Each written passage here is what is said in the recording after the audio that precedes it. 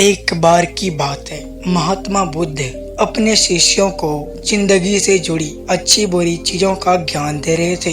सभी शिष्य उनकी बातों को बहुत ध्यान पूर्वक सुन रहे थे। उन सभी में से एक शिष्य ऐसा था जिसे प्रश्न पूछने की बहुत आदत थी और जिज्ञासा रहती। वह उठकर महात्मा बुद्ध के पास गया और उसने बोला, आप हमें जिंदगी के बारे में जो कुछ सिखा रहे हैं उस सब का क्या फायदा है? क्योंकि हम में से बहुत से बच्चों को ये भी नहीं पता कि हमारे जीवन का मूल्य क्या है और ये जीवन हमारे लिए कितना कीमती है। पहले आप हमें ये समझाइए कि इस जीवन का मूल्य क्या है। उस शिष्य का बात सुनकर के महात्मा बुद्ध अपने कक्ष में गए और एक चमकता हुआ पत्थर का टुकड़ा लेकर आए और वो पत्थर का टुकड़ा उन्होंने अपने शिष्य को दिया और बोले, मैं तुम्हें इस जीवन का मूल्य तब बताऊंगा जब तुम इस पत्थर का सही कीमत यानी कि मूल्य का पता लगा कर आओगे। साथ ही ये ध्यान रखना कि तुम्हें ये पत्थर का टुकड़ा किसी को बेचना नहीं है। बुद्ध की बात मानकर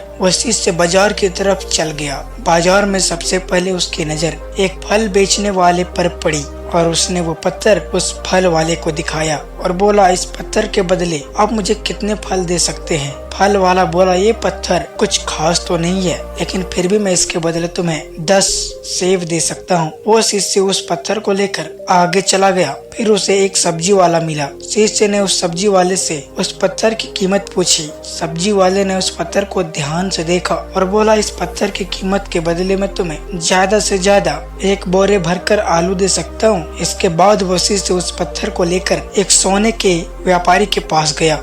उस पत्थर के टुकड़े की चमक देखते ही उस व्यापारी ने उस पत्थर की कीमत 100 सोने के सिक्के लगाई।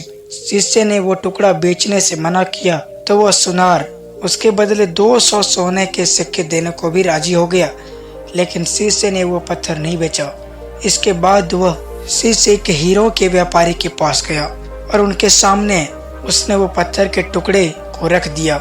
उस पत्थर को देखते ही वो व्यापारी ने एक साफ कपड़ा बिछाया, उस पत्थर को उसके ऊपर रखा, फिर उसकी परिक्रमा की और हाथ जोड़कर उस पत्थर को कपड़े में लपेटते हुए बोला, तुम जिसे मामूली पत्थर समझ रहे हो उसकी कीमत पूछ रहे हो, असल में ये बेशकीमती रूबी है।